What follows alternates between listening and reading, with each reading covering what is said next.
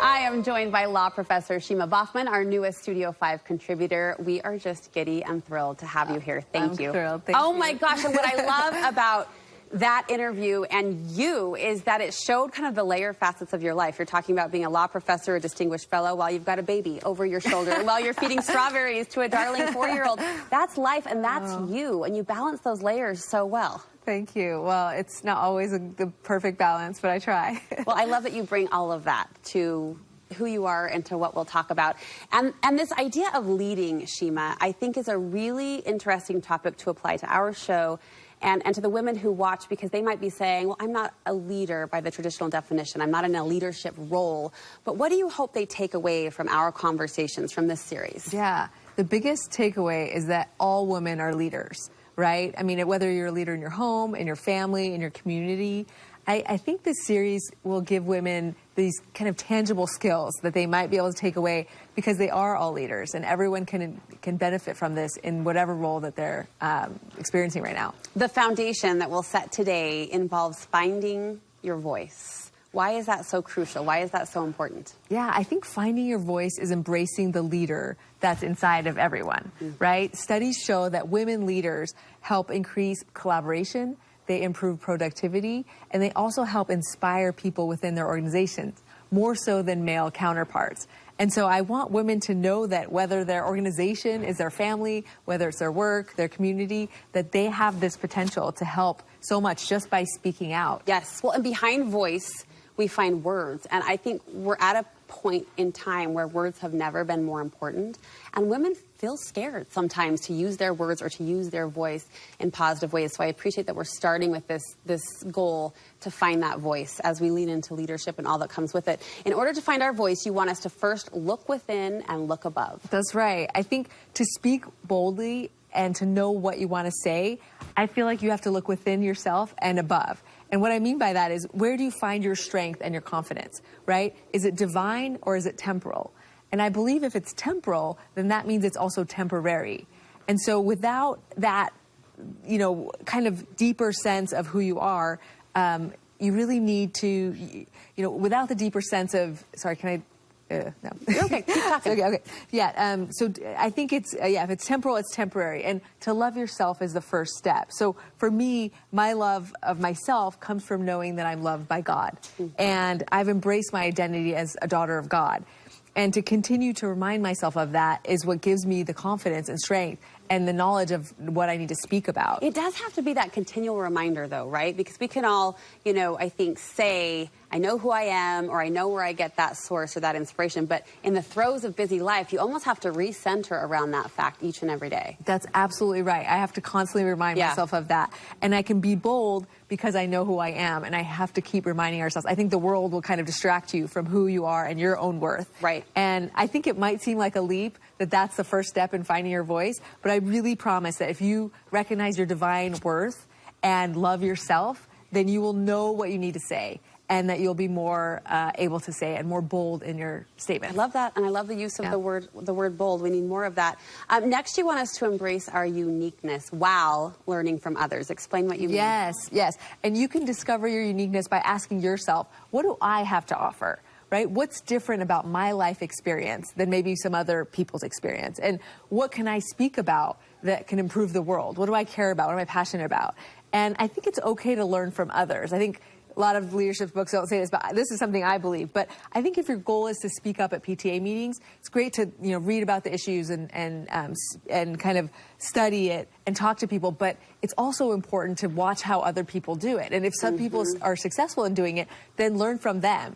And I have a story about this because I remember in law school, so law school exams are basically based on one exam at the very end. So it's very stressful. And the way you prepare for it is by outlining. So at the end of a course, you'll have a 100-page outline. And so one year I thought, I'll be really clever. I'll just create my own outline rather than using another student's that had it from a previous semester, which is what everyone does. And it was the biggest waste of time, right? I had to reinvent the wheel, and I just never would do that again. I think it's similar to our lives, right? We don't need to reinvent the wheel. If you see something that works for someone else, you can use it. And the key is just not to copy or compare. It's just a matter of looking at the skills that work and then just adopting them for yourself. Suzanne Hall is a local designer and one of the team leads, you know, Suzanne at Alice Lane. And I once asked her, like, how do you know when to lean in? Right? She's so talented and so brilliant in so many ways. And I'm sure she loves that we're going to talk about her like this without her knowing. You know, Suzanne, sorry, Suzanne. But she said something so inspiring to me. She said, I lean in where I know I can make a difference. Oh, I love it. And that speaks to that uniqueness. Like you said, don't reinvent the wheel. If there are women out there doing it, you know, applaud them and cheer them along, but know what you can bring to the conversation. And that's an area you can lean in easily. Absolutely. And I think, you know, I want to share a quote, which I loved, from Bruce Lee. He's a martial arts legend, for those that don't know him. He said, when I look around, I always learn something, and that is to always be yourself and to express yourself and have faith in yourself. Don't go out and look for a successful personality and duplicate it, but start from the very root of your being, which is, how can I be me? And I had a colleague in law school that really kind of changed my life, but you know, he went to a better law school. He was, by all measures, more kind of accomplished than I was. He had clerked on the Supreme Court, you know, in all measures.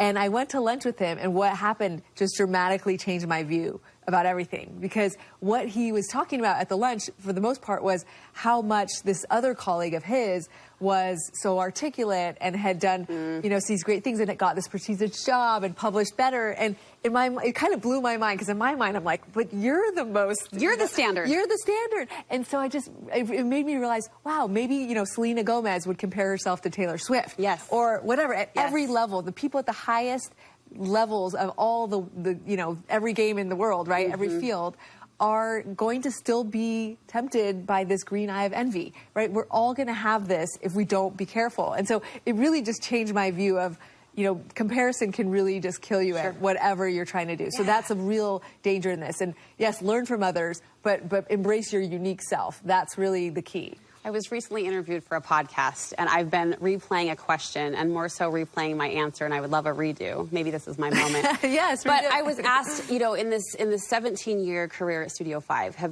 did you ever kind of have that imposter syndrome where you thought, I'm not? And I cringe thinking of my answer only because I don't think it came off sounding very humble. And it's not that I want to sound humble. I just genuinely feel humble toward this opportunity and how it played out. But I said something to the effect of, no, because it was me. Like I'm not here playing a character or playing a role or showing up in a title, but I've never really felt that imposter syndrome simply because this is me being me. And I think that's you know, something to think about. I would have liked to say it a little more eloquently than I did on that podcast. So sorry in advance. But I think there's something to that, recognizing that you do have a unique voice as you've said it, and that unique voice can contribute something that only you can. Absolutely. And I think, you know, the comparison can actually stall your growth and make you less effective. I think what makes you so effective is that people get to know you and who you are. That's why this show works so well, right? And I think however you're going to speak, wherever your outlet is, if you don't be yourself, it's going to be seen. You know, people will know that you're not being yourself. Well said. Lastly, you want us to tackle our fears through love. As we try to find our voice, tackle your fears through love. What do you mean by that? Absolutely. I think you can overcome your fear through love.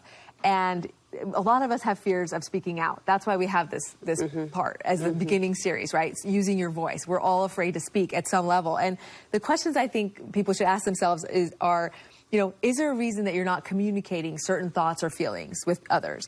Are there certain people that you feel uncomfortable sharing them with, or crowds, right? What intimidates you? And what if you acted in love instead of fear? And so I find it's a lot less scary when you're intimidated if you pray to love those you need to communicate with.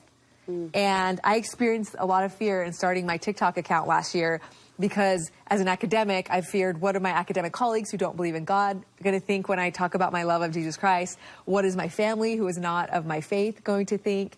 And that fear, you know, was really difficult to overcome in order to speak. But I knew that that was fear that was trying to stop me. And ultimately, I decided to move forward because I knew I wanted to provide a positive voice of faith for the TikTok community that I felt needed it at the time. And so I've also used this same, you know, love to overcome fear when I started teaching law. So 15 years ago when I started teaching law, I was so afraid, so much so that I was an utter disaster my first semester. My students were not learning, and it was horrible.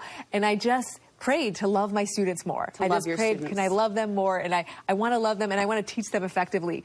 And honestly, praying, within a couple years, they voted me Professor of the Year. Look at that. And so it was just, it truly was that overcoming that fear and Yeah. not thinking, what are they going to think about me? Well, just, can I love them? I'm sitting here thinking of the visual that fear are arrows in. Yes. And love are arrows out. I love it. And so it becomes kind of that outward focus of how right. can I show up and serve others with my voice, with my presence, and not let that fear lead. Shima, I am so excited for this series and for conversations like this. Yes. The lead series starts today. Shima will be joining us on a monthly basis, and we look forward to that.